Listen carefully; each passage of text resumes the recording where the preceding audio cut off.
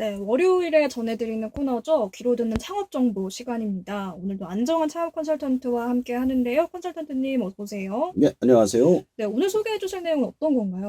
오늘은 김덕진 작가의 피지컬 AI 2026입니다. 네. 2025년 세계 최대 기술 전시회 CES에서 엔비디아 CEO 젠슨 왕이 피지컬 AI라는 말을 처음 꺼낸 순간부터 이 책은 시작됩니다. 스크린 안에 있던 인공지능이 로봇의 몸을 입고 공장과 병원, 가정으로 걸어 나오고 있다는 이야기입니다. 저자는 CES 2026 현장을 직접 발로 뛰며 한국 기업들의 가능성과 위기, 그리고 앞으로 3, 4년이 얼마나 결정적인 시간인지를 생생하게 담았습니다. 지금부터 세 개의 흐름으로 나눠 20가지 질문으로 핵심을 짚어보겠습니다. 네, 핫한 주제를 들고 와 주셨네요. AI 중에서도 이 피지컬 AI, 한마디로 AI에게 몸이 생겼다, 이렇게 이해할 수도 있을 것 같은데, 피지컬 AI 정확히 어떤 의미일까요? 말씀하신 대로 몸을 가진 음, 인공지능입니다. 지금까지 우리가 경험한 AI는 챗 GPT처럼 스크린 안에서 글을 쓰고 답을 내놓는 네. 방식이었죠. 피지컬 AI는 그 경계를 넘어 로봇, 기계, 드론 같은 물리적 장치와 결합해 실제 세계에서 물건을 짚고 용접을 하고 환자를 보조하는 AI를 뜻합니다. 책에서 젠슨 황의 말을 인용하는데요. 소프트웨어의 병목은 소프트웨어가 아니라 물리적 세계에 있다라고 했습니다. AI의 다음 전쟁터가 코드가 아니라 현실 공간이라는 선언이나 다름이 없었죠. 네. 사실 이전에 공상과학 영화에서만 보던 게 정말 이제 현실이 되어가는 시점인 것 같은데, 이 피지컬 AI라는 개념이 처음 알려진 건 언제였을까요? 2025년 1월 CES에서 젠슨 왕이 기조연설 무대에 올라서 처음 이 표현을 썼습니다. 당시 많은 사람들이 그게 뭐지? 하고 음, 고개를 갸웃했다고 저자는 회고합니다. 근데 불과 1년 만에 피지컬 AI는 CS 2026의 가장 뜨거운 키워드가 됐습니다. 저자는 귀국 비행기 안에서 이 속도라면 앞으로 세상이 어떻게 바뀔까 하는 생각이 머릿속에 떠나지 않았다고 합니다. 사실 작년에도 네. 그 AI 그 로봇에 관한 그런 그 스페셜 리포트 방송이 있었어요. 네네. 그때는 로봇이 걷지도 못하고 그냥 막 부딪히고 막 실험실 안에서만 있었는데 지금은 막 뛰어다니고 음, 단체로 춤을 추고 사람이 하는 일을 하고 있는 그런 단계까지 이미 나왔고 대량 생산이 시작된 단계입니다. 네. 말씀해주신 KBS 제작 다큐를 이제 저도 봤는데, 말씀하신 것처럼 뭐 작년만 해도 이 피지컬 AI가 마라톤을 거의 시작 단계에서 넘어섰다면, 올해는 마라톤을 전부 완주할 정도 좀 기술력이 올라왔다는 말씀이신데요. 정말 올해 이 작가도 세계 최대 기술 전시회인 CES에서 이 피지컬 AI 기술력에 좀 놀랐다, 이런 이야기를 하는 것 같아요. 올해 이 CES 2026 현장에서 좀 어떤 이야기들이 있었을까요? 저자가 가장 먼저 꼽는 것은 한국 스타트업 AI 로봇이 선보인 휴머노이드 로봇 앨리스입니다. 젠슨 왕의 기조연설 인트로 영상에 직접 등장했는데 장난감 수준의 시연이 아니라 실제 조선소에서 배를 용접하는 장면이었습니다. 세계 관람객이 놀란 건 기술 자체보다 그것이 이미 현장에 쓰이고 있다는 사실입니다. 사실 중국의 로봇이 훨씬 더 많이 나와 있긴 한데 다 이게 뭐 춤을 춘다거나 아니면 무술을 보여준다든가 네. 그런데 이 로봇은 실제로 용접을 하는 걸 보고 음, 사람들이 경악을 했다고 하더라고요. 네. 사실 이 피지컬 AI가 중국이나 미국이 굉장히 앞서 있는 걸로 알고 있거든요. 네. 그런데 한국 스타트업 기업이 CES 기조연설 영상에도 나왔다고 한다면 우리나라도 꽤 지금 경쟁력이 있는 상황인 것 같네요. 그렇습니다.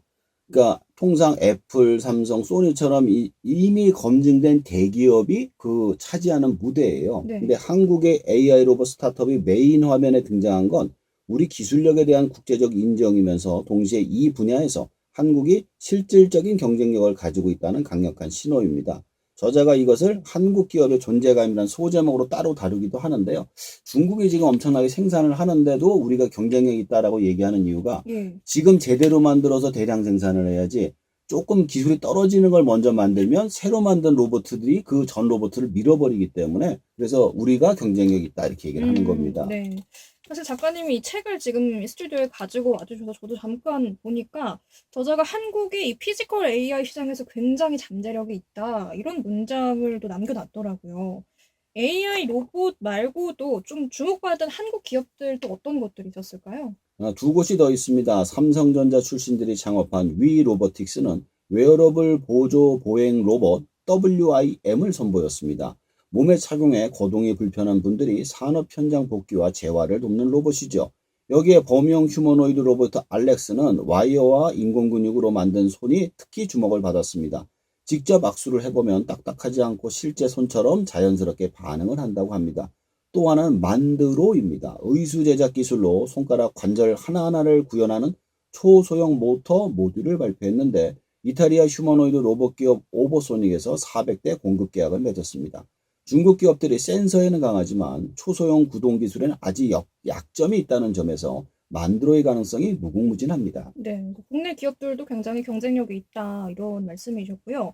지금까지 이제 우리는 인공지능 경쟁이 좀 익숙한데, 앞으로 그럼 인공지능이 몸을 만난 피지컬 AI 시대 경쟁은 좀 어떻게 달라질까요?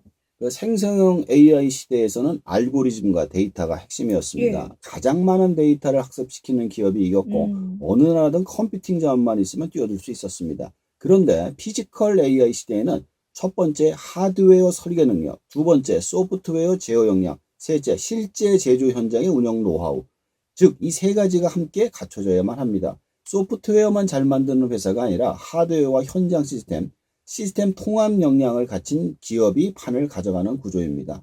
그리고 대량 생산이 가능해야 돼요. 지금 미국이나 유럽에서는 아무리 발전해도 대량 생산이 불가능합니다. 저자는 이것을 경쟁의 본질이 바뀐다라는 말로 표현하고 있습니다. 네, 이전에 AI 경쟁에서는 조금은 한국이 좀 밀리는 위치였다면 피지컬 AI 시대 한국이 좀 유리할 수 있다, 이렇게 보신다고요? 예, 맞습니다. 저자는 로봇을 대량 생산할 수 있는 제조 역량을 갖춘 나라가 전 세계에서 손에 꼽힌다고 합니다. 아, 전 세계에서, 그러니까 AI에서부터 그 피지컬 로봇까지 만들 수 있는 나라가 한 두 개밖에 없어요. 중국하고 한국. 왜냐하면 네. 대량 생산 체계가 갖춰진 나라가 대부분 없거든요. 한국에는 삼성전자, SK 하이닉스의 메모리 반도체, 현대차 기아의 자동차 제조, LG 에너지 솔루션의 배터리, 현대 로보틱스 두산 로보틱스의 산업용 로봇, 그리고 수십 년간 쌓인 정밀 제조와 공장 자동화 노하우가 있습니다. 마치 엔비디아가 칩을 설계하고 TSMC가 생산을 맡는 분업 구조처럼 피지컬 AI에서도 한국이 그 양산 역할을 맡을 수 있다는 것이죠. 네, 한국이 제조 역량이 좋다 보니까 유리할 수 있다, 이런 말씀이시군요. 근데 아무래도 중국이 굉장히 만만치 않을 것 같은데, 특히 지금까지의 기술력이나 뭐 가격 경쟁력 차원에서 좀 중국을 한국에 당해낼 수 있을까요? 가격으로는 아마 못 당해낼 거예요. 워낙에 대량 생산하니까. 근데 저자도 이 부분을 굉장히 냉정하게 짚습니다. 중국은 센서 분야에서 강하고 물량 공사에서 따라갈 나라가 없습니다. 다만 로봇의 핵심인 손가락을 움직이는 초소형 모터 기술에 아직 약점이 있습니다. 만드로가 그 빈틈을 보여줍니다. 문제는 그 시간이 길지 않다는 건데 중국이 따라오기 전에 한국이 표준을 선점하는 것이냐, 그것이 문제입니다. 네. 그리고 아무래도 AI만큼 반도체가 좀 핵심이겠죠. 그렇다면 AI 칩이나 데이터 센터 인프라, 이런 것들이 지금 이제 앞으로 다가올 피지컬 AI 경쟁에서는 좀 어떤 역할을 할까요? 이게 이제 핵심 연결고리가 되는데요. 피지컬 AI 로봇이 실시간으로 판단하고 움직이려면 어마어마한 연산이 필요하고 그 연산을 뒷받침하는 데이터 센터는 전력 그리드의 한계를 돌파하는 수준의 전기를 소비합니다. 저자는 AI 칩을 만들려면 구리가 필요하고 AI 인프라를 만들려면 물리적 능력이 필요하다라고 합니다. 캐터필러 같은 전통 중장비 기업이 AI 공급망 최전선에 서게 된 이유도 여기와 같습니다. AI 경쟁은 결국 디지털과 물리 세계를 읽는 능력에서 갈린다는 것이죠. 네. 이런 가운데 이제 지난 3월에 젠슨왕이 GTC에서 1조 달러 수요를 발표했다고 하는데, GTC가 어떤 자리인지, 또 이게 어떤 얘기인지 좀 짚어주실까요? 엔비디아의 연례 기술 컨퍼런스를 줄여가지고 GTC라고 하는 거고요. 예. 젠슨왕은 디즈니 캐릭터 올라프 로봇을 무대에 세우고 엔비디아 플랫폼에 대한 누적 수요가 1조 달러, 우리나라 돈으로 약 1,400조 원, 지금은 1,500조가 넘었겠네요.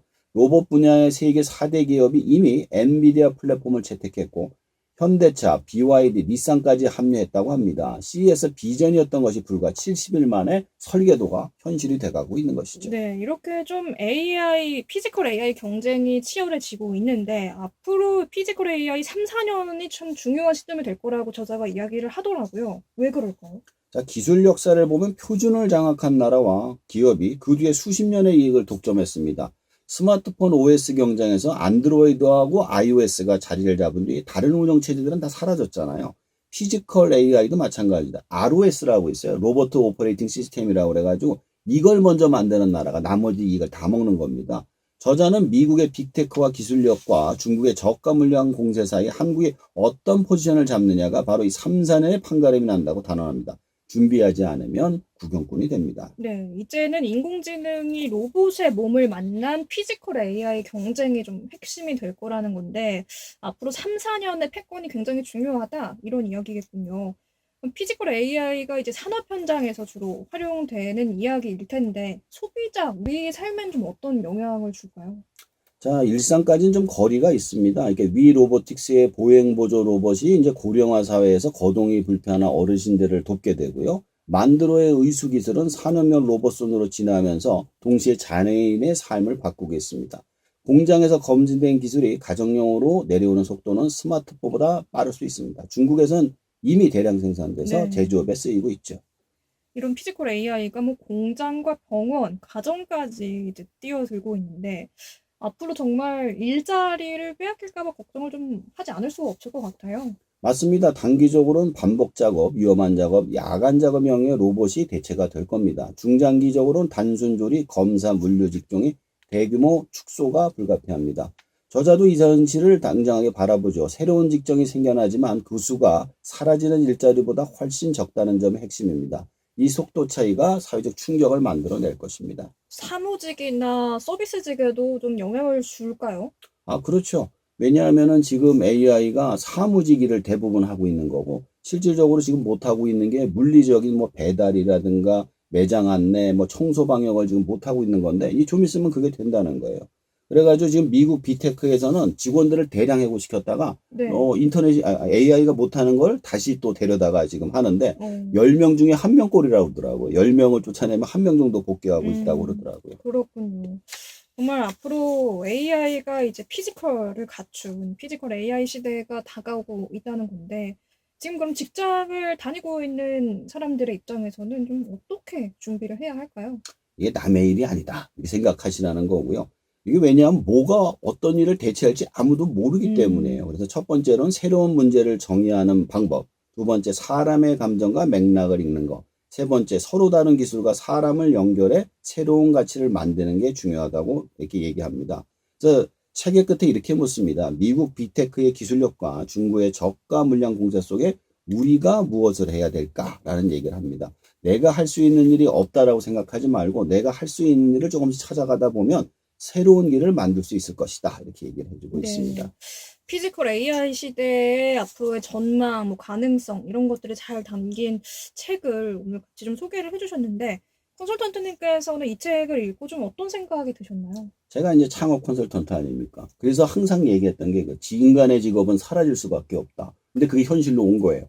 그리고 인간의 직업은 뭐가 돼야 된다? 창업으로 돼야 된다. 이게 이제 제가 항상 했던 얘기인데 여기서 똑같은 얘기예요. 로봇이 AI가 직업을 대체하고 있고 인간은 창업자의 영향을 갖고 새로운 길을 개척해야 된다. 이 생각이 다시 한번 하게 되더라고요. 네. 직업이 아니라 사람마다 창업을 하게 되는 시대가 올 것이다. 이런 메시지를 계속 주셨는데 모든 학생이 사업가가 돼야 한다는 이야기인지 이게 조금 현실적으로 가능할지도 궁금하네요. 아, 그런 건 아니고요. 사업자 등록증을 내자는 얘기가 아니라 핵심은 스스로 문제를 정의하고 해결책을 찾는 경험을 쌓는 겁니다. 왜냐하면 직업이 안정적이지 않기 때문이죠. 결국엔 내가 AI나 피지컬 AI 로봇을 활용해가지고 내 직업을 만들어야 되는 겁니다. 그러면 어떻게 봐야 되느냐? 지금 사회에서 벌어지고 있는 문제점 중에서 아니면은 필요한 부분을 내가 찾아서 그것을 내 직업으로 만들고 창업으로 연결하라는 얘기죠. 피지컬 AI를 활용해서 내 일을 직접 만들자 이런 이야기인데 그런 역량을 갖출 수 있도록 교육이 좀 잘 이루어지고 있다고 보실지요? 아니죠. 지금 전혀 이루어지고 있지 않죠. 지금 고교 학점제만 하더라도 그게 자기가 무슨 대학을 갈지, 무슨 직업을 가질지를 먼저 생각을 하고 고교 학점을 쌓아야 돼요. 근데 말이 안 돼요. 그때 그 직업이 남아있지 않을 수도 있는데 어떻게 지금 준비해서 그게 됩니까? 그건 좀 말이 안 되는 것 같고요. 또 한 가지는 지금 얼마 전에 삼성전자 노조가 파업을 해서 수억 원의 보너스를 받기로 했지 않습니까? 참 이거를 보면서 느낀 게 뭐냐면 노동자가 대체가 되고 있는 판국에 노동자의 몸값을 올려주는 거는 말이 안 된다고 저는 생각을 하거든요. 그래서 이 모든 교육과 정책이 사실상 노동자 중심으로 지금 가고 있어요. 이건 잘못됐다고 생각을 하고요. 저는 이제 창업가 중심으로 바뀌어야 된다. 이렇게 생각을 합니다. 근데 중요한 거는 성공한 창업가 말고 시도를 했던 사람들, 수없이 많은 실패에 대한 대가를 줘가지고 어떤 새로운 직업이 많이 생겨나는 그런 나라가 돼야 된다. 저는 이렇게 생각을 합니다. 예, 오늘은 김덕진 작가의 피지컬 AI 2026을 함께 소개해 주셨고요. 피지컬 AI 시대의 경쟁력과 또 가능성에 대해서 함께 짚어봤습니다. 오늘 말씀 잘 들었습니다. 감사합니다. 네, 감사합니다. 네, 지금까지 안정환 창업 컨설턴트였습니다.